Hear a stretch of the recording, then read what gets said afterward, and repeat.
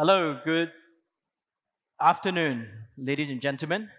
Very happy to be here. Stefan, are you ready? Amazing. Amazing. Good to be here. And it's very exciting to feel the energy and optimism of this amazing city. Yes, thank you. So, a bit of introduction about myself. My name is Chi Man Kwan. I'm the Group CEO, co-founder of Raffles Family Office Group. I'm also the founding chairman of Family Office Association in Hong Kong, the president of Hong Kong Business Association. So, what it means is I can be very biased in the news when I'm talking about Hong Kong. But today, since I'm in Abu Dhabi, I'm going to speak with a free mind and also very, very, very hard to be funny today to make fun of you on stage as well. So, Stefan, shall we get started? Sure. So today we are talking about the great transference, about a lot of money, big numbers, 84 trillion. Yeah, but I think I would really like to get to know you, and for the sake of the audience, I think it is very important. Uh, to set the context right, Stefan here, a good friend of mine, also an Arsenal fan, unfortunately. He works for this company called Julius Baer, which happened to be one of the oldest, most established Swiss bank today. And it's got a very interesting history. It's founded by Mr. Julius Baer, and in 1890, if I'm not wrong. Yes. And the family literally run it for 120 years. And in 2005, they decided to hand it over to an independent professional like yourself. So really, I would like to get to know Stefan, your job before or your role. What do you play? Because I do know that you did have some encounters coming to this part of the world many years ago. So Stefan, please. Thank you. Look, this is not about me. This is about Julius Baer and the great wealth transfer.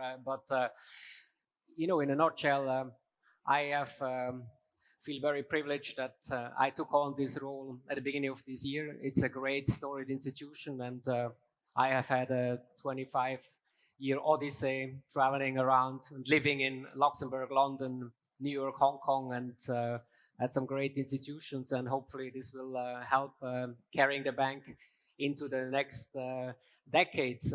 Because to me, this job is what it used to be for family members. It is handing off Julius Baer when I do that in a better shape than I found it. Yes. And what is the key difference? Can you give us one key difference 20 years ago when you first came to this part of the world? What's the difference between then and today? Yeah, look, I've been coming here for 2-3 decades, and of course the change has been enormous. I think what has remained the same is the family values are extremely strong, and I think the leadership here has been extremely thoughtful in building Abu Dhabi in the right way. And we are personally, and I'm personally, and we are as an institution really excited to be a part of the community here. But a lot has changed. At the same time, I think for us, this is not a transaction. This is a relationship. So we're here for decades, and so if right now Abu Dhabi is very hot or not is not so important to us. For what is important to us is that we are here for the long run. Thank you. And so the big number, 84 trillion in the next 2 or 3 decades. And I come from Hong Kong. I know some numbers in Asia. And in Asia, we are talking about Greater China specifically. We are talking about 400 to 500 billion being changed hands. And that so happened to be about the foreign reserve of Hong Kong government. So when I meet the Hong Kong government financial secretary, one of the quick, tricky question I always ask, what would happen and how would you feel if today you are managing this for $500 billion for Hong Kong government and you got to hand it over within a year to the next generations of leaders, and you do it for 30 years straight. Now for the world, it's between 84 to maybe 120 trillion. What do you think is the trend, and what do you see? So whatever the number is, 75, 125 trillion, let's take 100 trillion as a midpoint. I think first you should contextualize that as you just did with whatever your country is. UAE has $500 billion GDP, France has 3, US has 30. So no matter which country you compare it to, the numbers are staggering. And so first, what is different this time is the scale. The second that is different is that when wealth is getting handed over, which is mainly from the baby boomers to the millennials, of course, the baby boomers were operating in a fantastic economic environment, and arguably now it's going to be a lot tougher to continue carry on your business the way you used to over the last decades, given the disruption from AI and other things. So that is for sure very different. Technology plays a huge role, and most important, I think what is very different this time is the values. If you think about the patriarch or matriarch of most corporations, they were very focused on legacy. A lot of the next generation focuses on lifestyle. If you think about the way they were running their business, it was all about control. Now, in many cases, it's about liquidity. And I can tell from my personal experience, the experience we had as a bank. We were a family-owned business, as you said, for a long time. In 1980, we became the first Swiss private bank to list on the exchange, and it took until 2005 to create this one share, one vote ownership structure that then meant that the family gives up control. So for 25 years, the family was doing what we see here in the region, having a listing but keep control, and then over time thinking about when to give up control. And this is a very difficult process that we went through. We have a lot of experience working with families around the globe in thinking how to overcome this and get it right, because I can tell you, if you involve your children, which many of our clients have done at the age of 7, 10, 12, and you get them familiar with what it means, what responsibility they have, and what is their expectation, you're most likely going to do this much better than if you wait for too long. And because ultimately this is a journey, this is not a transaction. And I think that's really where we see most of the issues happening, because then the second generation rejects the values of the previous generation, and things can turn quite messy. Yeah, and you know, with the 140 years of history, I'm sure you have dealt with many families, especially cross generations.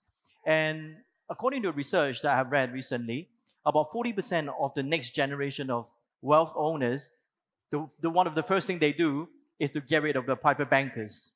So from your perspective, is there any insight you can share with us? What are they expecting that is different, the new generation? They might be the second or third or the fourth, but what is it that they want is very different, and how do you cope with that, the change in demand of service and maybe the way they communicate as well? Yeah, absolutely. I mean, what I meant before when I said status versus values, if you think about legacy versus lifestyle, if you think about control versus liquidity, what I mean with that is that, and we again went through this, actually in Julius Baer, we became a little bit a victim of our own success.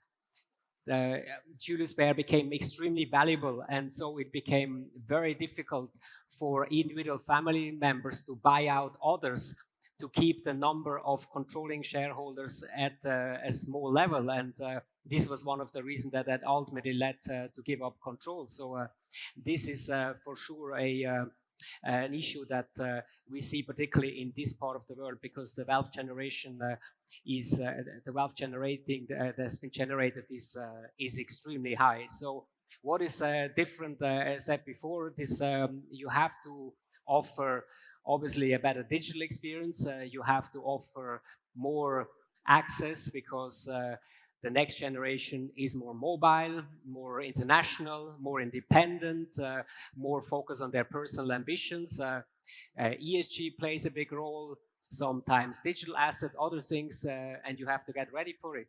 So for example, we are the first bank that got a license in the DIFC to custody crypto assets. These are the type of things you need to do to cater for the next generation. Yeah, but ultimately it's about working with intergenerationally between the matriarchs and the patriarchs and their children to make sure there's a common understanding and you're on this journey together. Yeah, and in Asia, my observation is you're always talking about Hong Kong and Singapore, and of course Switzerland as well, the powerhouse. But has the second generation or next generation talk about this part of the world, UAE, specifically Abu Dhabi? Yeah, look, I think here the problems are no different. It's the things I outlined.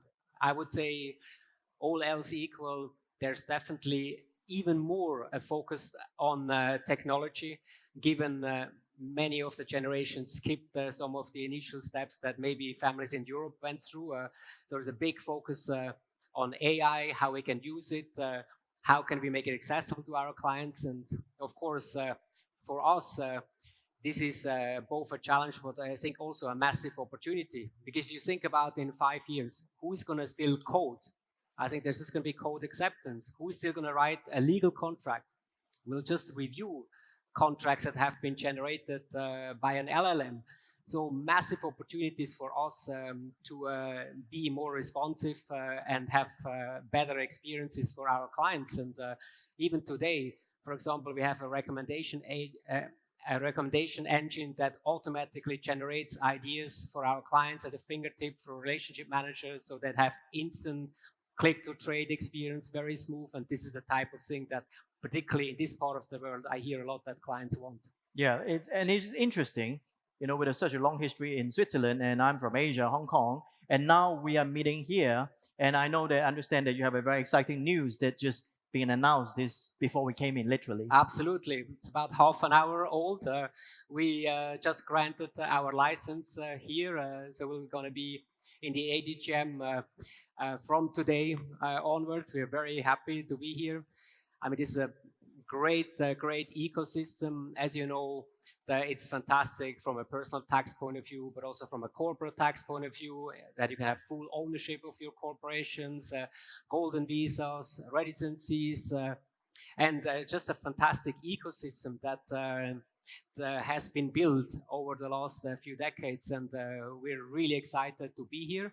And of course, also, we see it as our responsibility to contribute to this ecosystem by helping the families here that control the majority of the businesses to think about things like intergenerational wealth transfer or family governance. Thank you. And really, I think I share the same insight as well. When I'm here, I've been here for a few years now. I was speaking last year as well. I think the one thing I has never failed to surprise me is the changes, and it's for the better. I think this just for this event is so impressive every year, and it's get bigger and bigger. And so every you're coming time, as well to Abu Dhabi? Of course, next year. It's funny, we are from different part of the world, in the same industry, but at the same time, we're coming here and we reverse our role. That's very funny. I mean, more news to be announced next year, early next year, about Raffles Group. So Abu Dhabi, I'll see you here next year as well.